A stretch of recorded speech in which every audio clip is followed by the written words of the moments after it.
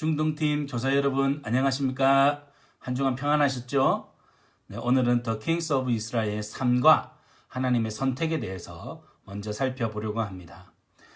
순환시대 죄를 반복했던 이스라엘 백성들이 350년간의 사사시대를 끝내고 그것을 종결시키는 하나님의 사람이 등장합니다. 사무엘이죠.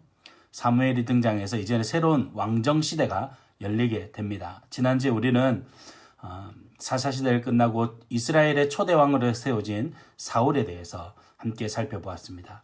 사울은 정말 하나님 앞에 인정받을 만큼 외적으로 조건을 갖춘 그리고 외모도 뛰어난 조건을 갖춘 사람이었습니다. 그러나 그가 왕위에 오르면서 교만한 나머지 하나님께 큰 잘못을 범했던 두 가지 사건을 우리가 함께 살펴보았습니다. 그 이후에 하나님께서 하나님의 마음에 맞는 새로운 왕을 세울 것이다 라고 예언하셨습니다. 그것이 오늘 하나님의 선택 3과에서 다룰 내용입니다. 주제 말씀, 이에 사람을 보내어 그를 데려오매 그의 빛이 붉고 눈이 빼어나고 얼굴이 아름답더라. 여호와께서 이르시되 이는 그니 일어나 기름을 부으라 하시니라. 사무엘상 16장 12절 말씀. 여기서 이제 이는 그니 할 때 그는 하나님께서 택하신 사람이다. 내가 다시 택한 사람이다 라고 하는 것이죠. 다윗을 의미합니다. 여러분 아이스 브레이크입니다. 최근에 친해진 친구 5명 세우게 봅시다 하면서 이야기하겠죠. 근데 친한 친구들이 뻔합니다.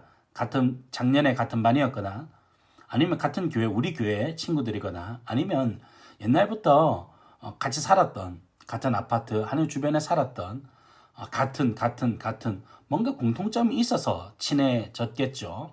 그러나 같은 반이라고 해서 같은 교회라고 해서 같은 아파트에 산다고 다 친해지는 것은 아닐 것입니다. 말이 통하고 마음이 맞아야 진짜 베프가 되겠죠. 하나님께서 사람을 택하실 때도 사람의 조건이나 외모를 보지 않고 하나님과 얼마나 마음이 통하는가 이신전심인가 하는 것을 볼 것입니다. 이것을 이제 주제로 삼아서 우리가 한번 넘어가도록 합니다. 정말 의외야 하면서 사무엘이 다윗을 찾아가서 기름을 붓는 스토리가 이어지고 있습니다. 1, 2, 3, 4, 5, 6 제가 번호를 붙여보았는데요. 그림이 스토리 순서대로 되어 있지는 않습니다. 오른쪽에 제가 스토리 순서대로 번호를 매겼습니다. 1, 2, 6, 5, 4, 3번인데요. 첫 번째, 베들레헴에 사는 이세의 아들 중에 새로운 왕을 세울 것이다. 하나님께서 말씀하십니다. 1번 그림이죠. 그래서 2번 그림의 사무엘이 이제 베들레헴에 찾아갑니다. 이때 사실 사무엘이 좀 두려웠습니다. 왜냐하면 사울이 이 사실을 알게 된다면 나를 죽이려 하지 않겠습니까? 일단 하나님께서 제사 드리러 간다고 해라. 이렇게 좋은 아이디어를 주시죠. 그래서 제사를 드리러 베들레헴으로 간다라고 얘기하면서 그곳에 갔고 이세의 아들 중에서 처음 엘리압을 보게 됩니다. 정말 외모가 뛰어난 출중한 사람이었고 이 사람 왕으로 세워도 되겠다. 사무엘이 사실 마음에 동했는데요. 하나님께서 외모로 사람을 취하지 말라. 사울을 보고서도 모르냐. 이렇게 하나님께서 사무엘을 다시 한번 생각을 전환시키십니다. 그래서 6번 보시면 이새의 7 아들을 다 보았으나 왕으로 택할 사람이 없던 거죠. 그래서 전부 다 NO라고 이야기합니다. 그래서 5번째 여기에 있는 아들이 전부요 하고 그랬더니 이새가 사실 막내가 있는데 다윗이 지금 저기 양치러 갔다고. 그래서 사무엘이 다윗이 올 때까지 나 밥도 안 먹어 이렇게 해서 기다리게 되죠. 그리고 다윗을 데려옵니다. 그랬더니 4번 예스 이 사람이야 하고 마지막 3번에 다윗에게 기름을 붓습니다. 뿌잉뿌잉 요즘 요게 유행이라고 합니다. 네.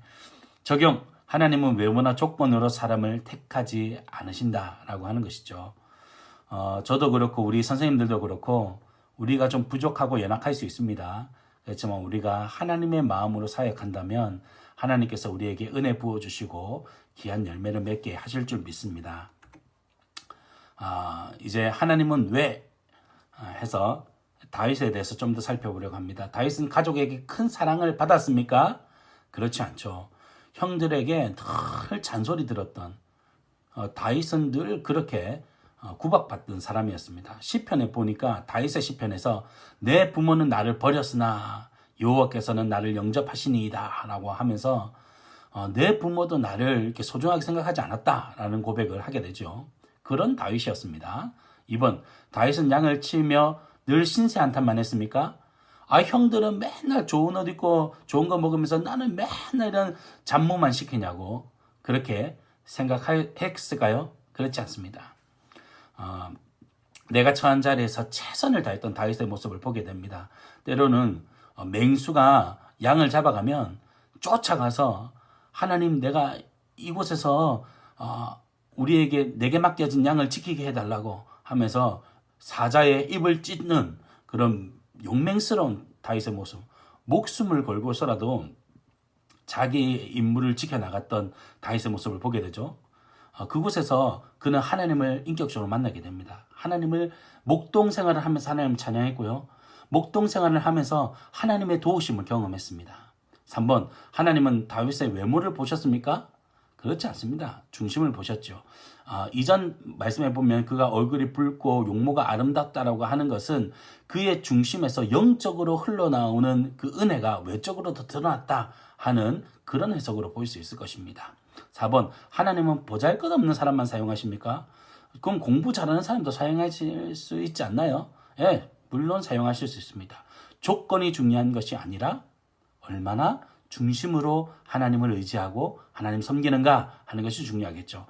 하나님께서 다윗을 선택하신 이유는 진심으로 하나님을 믿고 의지했기 때문입니다. 그가 평소에 그가 일상생활에서 날마다 하나님을 찬양했고 하나님의 도우심을 의지했습니다. 마음의 중심을 보셨던 것이죠. 하나님과 마음이 합한 사람, 하나님 그 사람을 사용하실 것입니다. 오늘 이 메시지를 잘 전해주시면 되겠습니다. 마지막으로 환경을 극복한 사람의 이야기인데요. 이 이야기는 제가 설교 시간에 다루도록 하겠습니다. 아마 이쯤 되면은 시간이 없어서 아마 공부를 다 마치게 될 거니까요. 이번 중요한 이야기인 것 같아서 제가 설교 시간에 다루도록 하겠습니다. 주일날 뵙겠습니다. 감사합니다.